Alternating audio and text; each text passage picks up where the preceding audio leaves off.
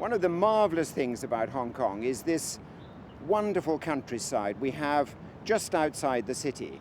It's better than any other major city in the world has got, and you can get there very quickly. What I hope is that with this new trail, the Wilson Trail, more and more Hong Kong people will be able to get out into the countryside, they'll be able to enjoy it and see what wonderful hills and country we have just next to this very busy, very dynamic city.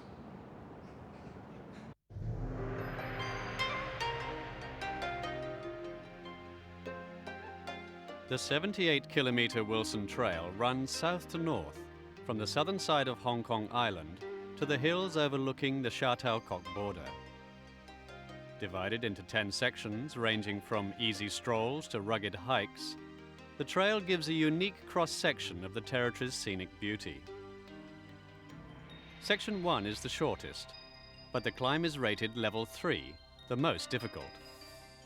Starting at Stanley Gap Road, the trail rises steeply to the first viewpoint, below which Chongham Gok and Stanley Peninsula stretch their fingers into the sea. Higher up the windswept easterly slopes of the Twins, your view widens across the Dagular Peninsula, before the trail descends from the summit towards Violet Hill. New steps have been built down the steep incline to give firmer footing, but the thick groves of Gordonia bushes remain undisturbed. The route up Violet Hill is more gentle and unfolds ever-changing perspectives of the Tai Tam reservoirs to the east, while to the north the spire of Central Plaza is like a distant beacon until it becomes lost behind more Gordonia bushes and the granite boulders which stand like sentries near the section's end. Continuing north over Hong Kong Island, the Wilson Trail links more high vantage points with views of Ocean Park, Lama and Mount Nicholson. The newly surfaced path winds up through Gordonias and Chinese red pines to Jardine's Lookout, which offers unsurpassed vistas of Central and Kowloon. There's another fine viewpoint on the top of Siu Shan, but from there it's all downhill to Tai Kau Shing, so there's no need to rush your climb. Just let time stream by.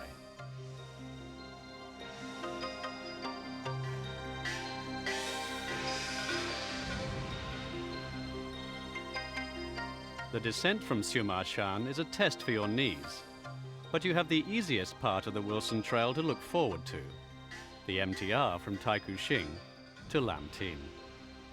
Take a break by the army cooking stoves from World War II before you go. From Lam Tin, section 3 of the trail first heads southwards and gives walkers a good view back across the harbour and over Yau Tong towards Tsim Sha Tsui. The path winds up the curiously named Devil's Peak, called Fortress Hill in Chinese because of its many military ruins. Heading north again, the route aims back towards Lam Tin. It's here that the section earns its level 2 difficulty rating, as it climbs the rocky stairways to the start of the unusually stark ridge which separates Lam Tin from Junk Bay.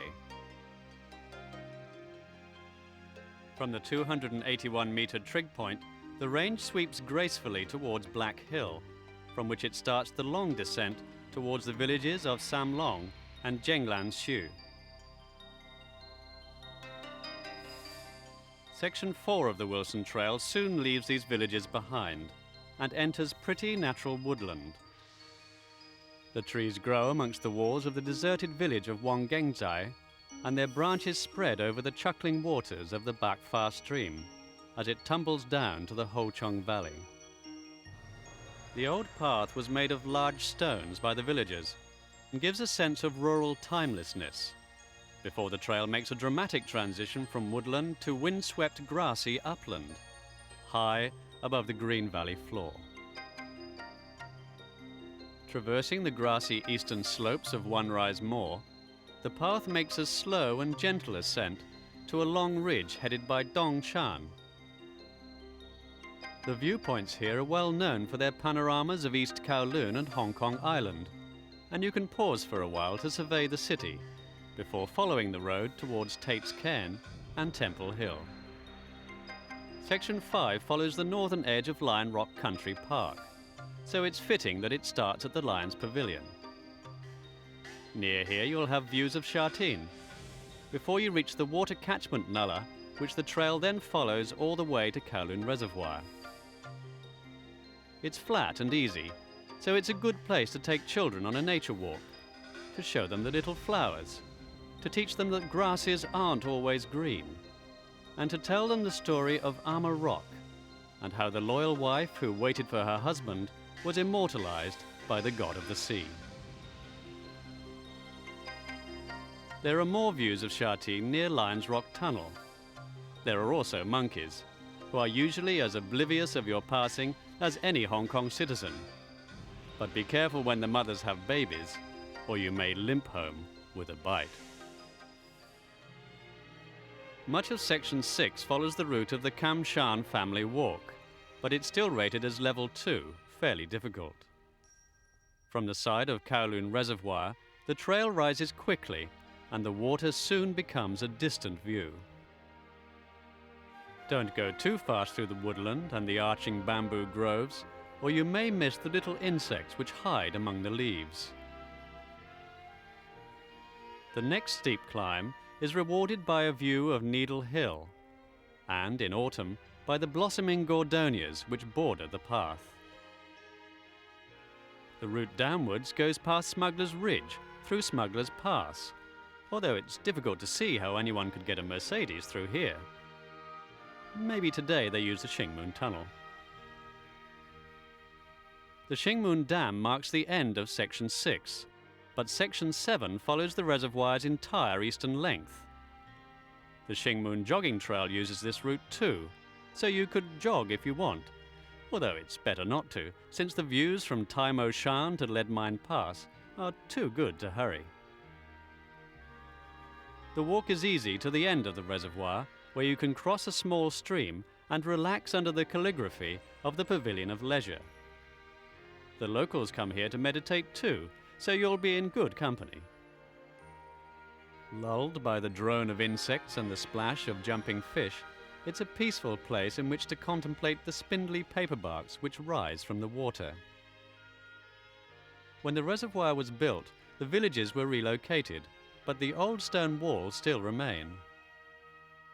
From the picnic site at Lead Mine Pass, the trail skips over several small, clear streams and shakes hands with its precursor, the Maclehose, before going its own way into the flower-strewn valley which looks down to Tai Po. The walk down the valley forms about half of Section 8, and to start with it's easy. The concrete path meanders through jungles of tall grasses until the path widens into an old waterworks road.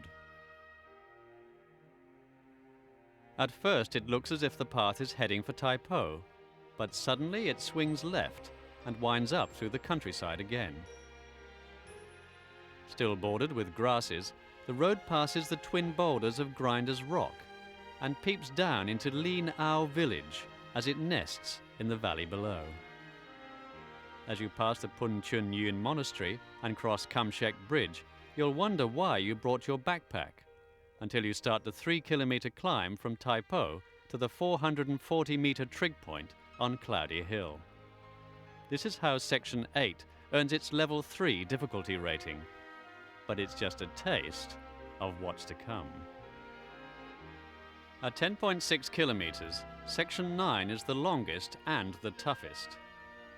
From a rain shelter near the top of Cloudy Hill, the trail drops 300 metres to Hoc Dao Reservoir.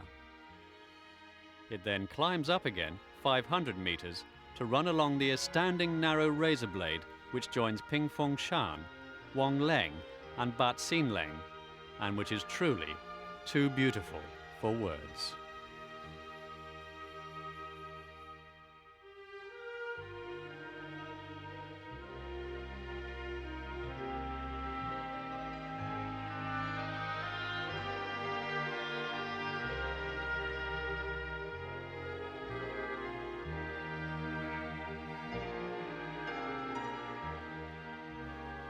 The peak of Sin Gu Feng, which ends both Bat Sing Leng and Section 9, is still 511 meters high, and you should consider this fact carefully if you plan to start or end here.